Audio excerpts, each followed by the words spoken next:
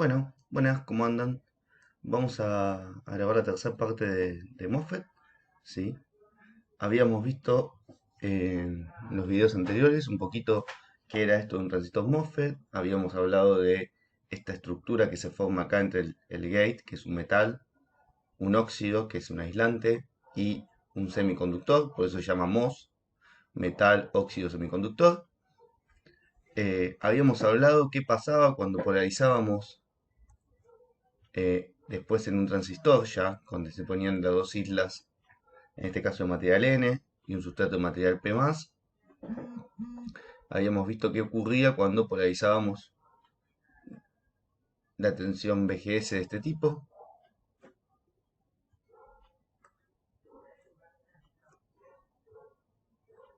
VGS, ¿sí?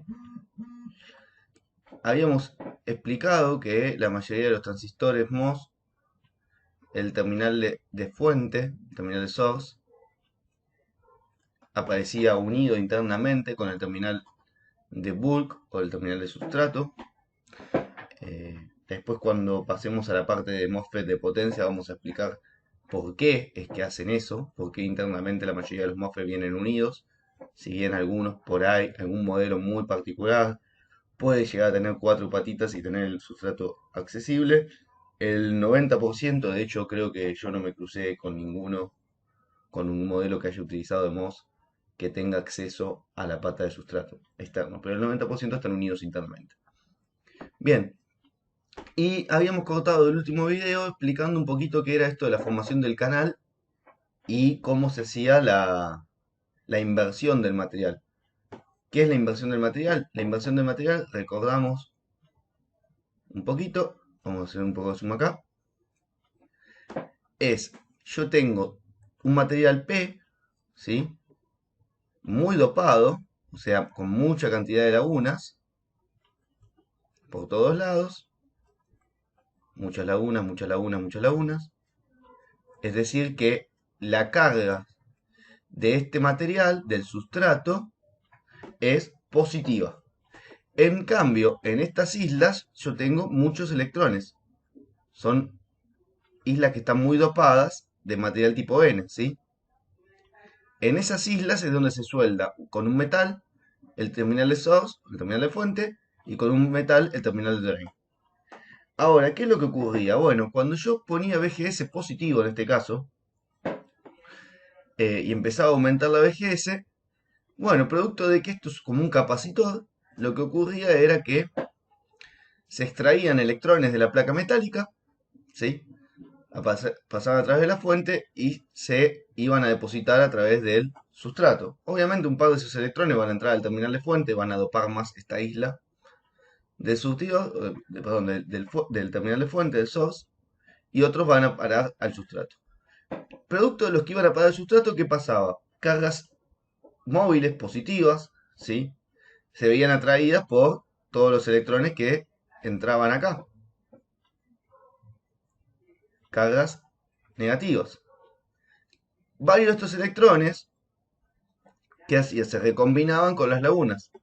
Al recombinarse con las lagunas, la carga positiva de todo este material iba disminuyendo. Recuerden que una laguna es un hueco, un lugar libre que puede ocupar un electrón. Entonces, si yo inyecto electrones en un material donde hay lagunas, esos electrones pueden ocupar esos lugares y hacer que ese átomo quede neutro. Recordando un poquito lo que era la estructura atómica de un silicio dopado. Y por supuesto, en un material dopado, donde hay más lagunas, también hay, pero muchas menos medidas, electrones. Entonces lo que ocurría era que a medida que yo iba aumentando esta VGS, todas las lagunas en la zona de subcompuerta, se llama zona de subcompuerta a la zona que está por debajo del óxido, ¿sí? Iban desapareciendo. Hasta un punto tal donde VGS igualaba a una tensión que es dato del fabricante que se llama VTH o VT. Ese punto lo que hace es que empiecen a aparecer electrones en la zona de subcompuerta. A esos electrones que unen la isla del drain con la isla del source, ¿sí? Esos electrones forman lo que se conocía como un canal. Lo importante que me interesa que veamos ahora es lo siguiente. Fíjense que a medida que yo siga aumentando después VGS, lo que voy a lograr es que este canal se vaya haciendo cada vez más ancho. ¿Por qué lo hago más ancho o más fino el canal? Porque si yo tengo más electrones acá, el grosor de este canal se hace cada vez más ancho. Acá dibujé, o intenté dibujar lo mejor posible, cómo sería una pastilla de MOSFET en 3 dimensiones. Fíjense, si yo llamo a esta dimensión Z, ¿sí? La profundidad de toda la pastilla, Z, es constante. Tengo, vamos a borrar un toque este cable para poder dibujar más cómodo, nada más que para eso, ¿sí?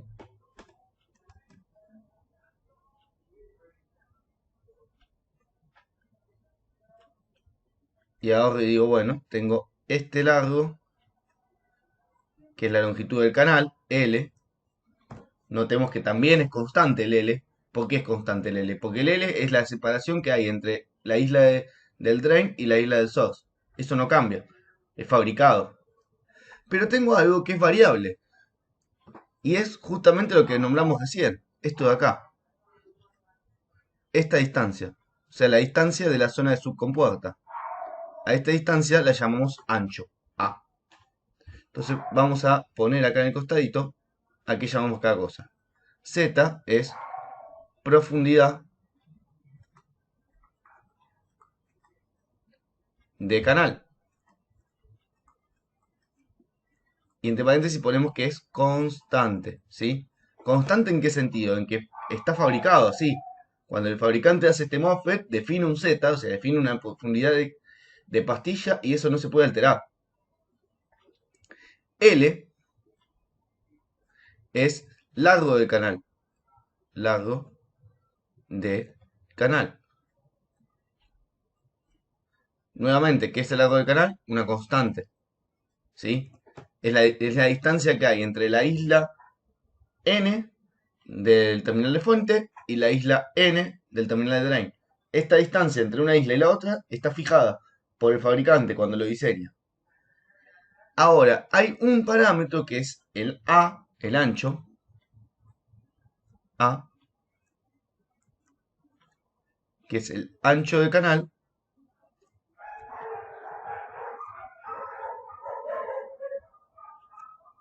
que este es variable. Ah, bueno, bárbaro. ¿Y entonces para qué es todo esto? Todo esto tiene una explicación y es la siguiente. El MOSFET surgió a la idea de buscar un elemento que se comportase como una resistencia controlada por tensión. O sea, cuando empezaron a investigar y tratar de ver de este transistor de MOSFET, buscaban el equivalente a un dispositivo que cada vez se usa menos, que de hecho aparece en algunos casos muy particulares, que era la válvula. La válvula era un tubo de vidrio de vacío que permitía, en función de cómo ajustaba o no ajustaba una rejilla interna, metálica, no importa mucho eso, pero con una tensión muy grande de manejo, permitía circular o no corriente entre dos patitos. O sea, básicamente era una llave controlada por tensión, pero a valores de tensión muy altos. Eso era una válvula. Y lo que querían hacer era ver si podían eh, conseguir un elemento, un dispositivo, que se comportase igual a una válvula, pero con características mejores, si se quiere decir. O sea, constructivas más fáciles, en el sentido de una válvula implicaba tener un tubo de vidrio vacío, era voluminoso. Puede haber válvulas que tengan, por ejemplo, el tamaño de este celular. Había en algunos dispositivos de muchos años válvulas del tamaño de un termo inclusive. O sea, la idea era obviamente achicar el tamaño y que a su vez no hubiese algo mecánico dando vueltas. Recuerden que siempre la parte mecánica tratamos de llevarla a la parte electrónica. ¿Por qué? Porque cuando yo tengo algo mecánico, tengo un desgaste en ese movimiento mecánico. Entonces, no estaba bueno. Y las válvulas, el gas que te llevaba adentro para generar el vacío se iba gastando y la válvula después se ponía vieja, entonces había que cambiarla. No estaba buena. Entonces empezaron a investigar en la parte de semiconductores y quisieron buscar un componente que se comportara igual. O sea que lo que tenían que buscar era una especie de resistencia variable por tensión. Y ellos descubrieron que con el MOSFET se podía cumplir. De la siguiente manera, si ustedes recuerdan, en primer año ustedes vieron una formulita de resistencia que era igual a ρ por L sobre S, donde ρ era resistividad. Bueno, ¿la resistividad de quién va a ser? Y la de silicio en este caso. L es el largo de la resistencia, el largo, ¿listo? ¿Y qué me falta? La sección. Y la sección, para nosotros, no va a ser ni más ni menos que el ancho del canal por la profundidad del canal. Entonces, la resistencia del canal, que también se la conoce como resistencia Drain Source, RDS, es igual a la resistividad del silicio por el largo del canal dividido el ancho por la profundidad, ¿sí? Bueno, bárbaro. ¿Y con esto qué logro? Y yo logro lo siguiente, fíjense. Vamos a amplificar un poquito acá, perdón. Con esto logro decir que si esto es constante, L es constante y Z es constante, si el ancho fuese constante, esta resistencia es constante. Pero como el ancho depende de cuántos electrones aparezcan acá, ¿sí? Y nosotros dijimos que cuanto mayor es BGS, las lagunas más se van para abajo y aparecen más electrones acá, puedo ajustar ese ancho de canal. ¿Y eso qué quiere decir? Que yo puedo ensanchar el canal y por ende hacer que la resistencia sea menor, la RDS. Es decir, el ancho del canal es función de la BGS. Ah, bueno, perfecto. Entonces, esto se comporta, el MOSFET tiene un modo en el que se comporta como una resistencia entre drain y source. O sea, tiene una resistencia entre drenaje y fuente. Y esa resistencia encima no es fija. La puedo ajustar con la BGS. Tal es así que de hecho uno de los modos de funcionamiento, del MOSFET es el resistivo.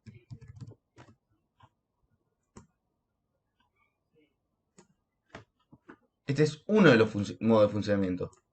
El modo resistivo para nosotros es equivalente a la saturación en el TBJ.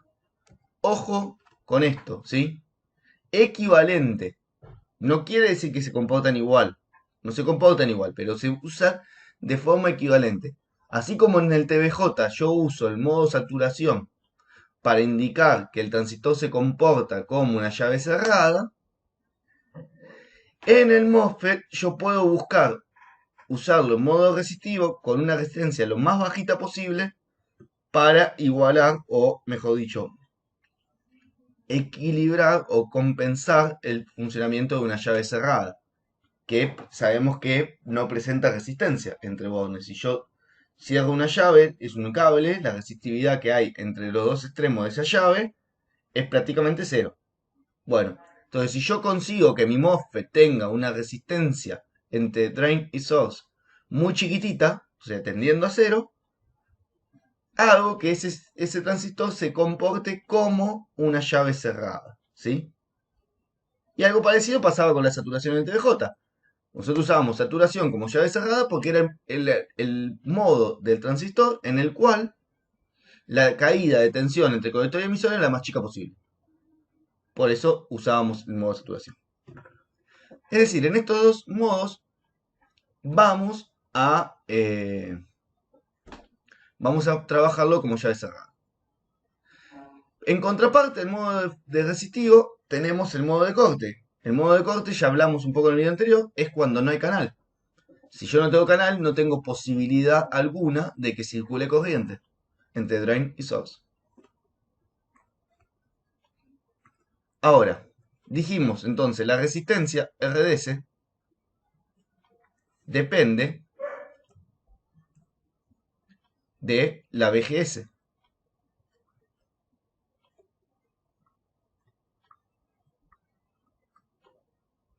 ¿Y por qué depende de la VGS? Por esto que dijimos acá. A mayor VGS, más ancho de canal. A menor VGS, menos ancho de canal. Tal es así que fíjense, cuando la VGS es menor a VTH, cuando la VGS es menor a VTH, no hay canal. Entonces, si no hay canal, el ancho vale 0. Y si el ancho vale 0, todo esto tiende a infinito. Resistencia entre drain y source infinito, circuito abierto. Es decir, que la gráfica me va a dar algo así.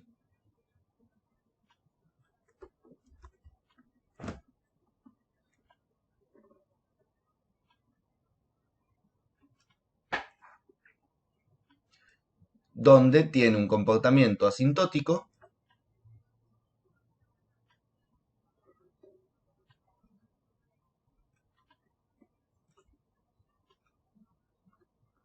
acá tenemos una asíntota, ¿sí? ¿En dónde? La asíntota. Y bueno, esta asíntota va a estar en BT. BTH, yo le pongo los dos nombres, en algunas hojas de datos lo conocen como BTH, en otras cosas como BT. Entonces, para una VGS más chica que BT o BTH, no hay canal.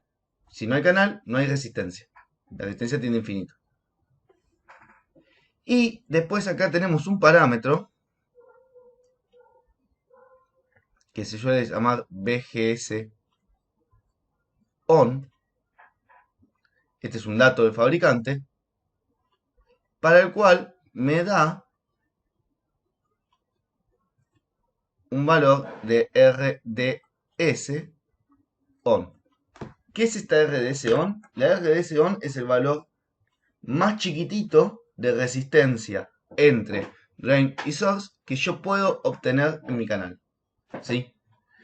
Es decir, si yo quiero usar el MOSFET como una llave abierta, necesito una VGS menor que la BT. ¿Sí? Entonces, modo de corte,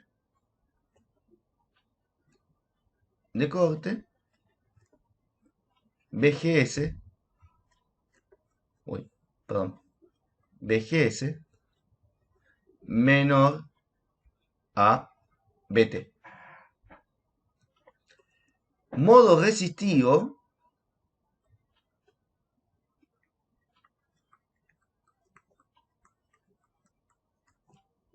y con llave cerrada, la VGS tiene que ser mayor o igual a la VGS on, ¿sí? Y menor que obviamente la VGS máxima. Porque no es que yo le puedo poner entre gate y source cualquier tensión. Yo tengo una tensión máxima que puede soportar. Pero si mi VGS está por encima de la VGS on, o cerquita de la VGS on, bueno, yo puedo agarrar y asimilar que la resistencia del canal va a ser prácticamente la RDS on. Lógicamente, en el medio, ¿sí? Entre la VTH y la VGS on, yo tengo distintos valores de resistencia. Cuanto más cerca de la VTH esté, la resistencia va a ser más grande. Cuanto más cerca de la VGS on esté, la resistencia va a ser más chica. Igualmente, hay una condición, como la había para los TBJ hay una condición en la malla de salida, que la vamos a ver en el siguiente video cuando veamos las características de la malla de entrada y la característica de la malla de salida. ¿Vale? Bien, entonces vamos a cortar por acá, así tampoco se hace súper largo esta parte. ¿Qué es lo importante que quiero que sepan acá? Registren que el transistor MOSFET se puede comportar como una resistencia controlada por tensión, ¿sí? Dado ciertas condiciones que vamos a ver en el siguiente video de BDS o de ID, mejor dicho. Puede ocurrir eso. ¿Cómo es que ocurre eso? Y porque yo controlo con la BGS el ancho del canal. Y si controlo el ancho del canal, estoy controlando en definitiva la sección de la resistencia que presenta el canal en el MOSFET. La representación gráfica de la resistencia entre drain y source en función de la BGS es una hipérbola decreciente. A mayor BGS, menor resistencia. Y cuando mi BGS está por debajo de la tensión de disparo, no tengo canal, entonces el transistor está al modo corte. Ya pueden ir registrando que este transistor, a diferencia del TBJ, no se controla por corriente, sino que se controla por tensión en el gate. Va a depender fuertemente de la tensión BGS y no tanto de la corriente de entrada. Muy bien, nos vemos la próxima.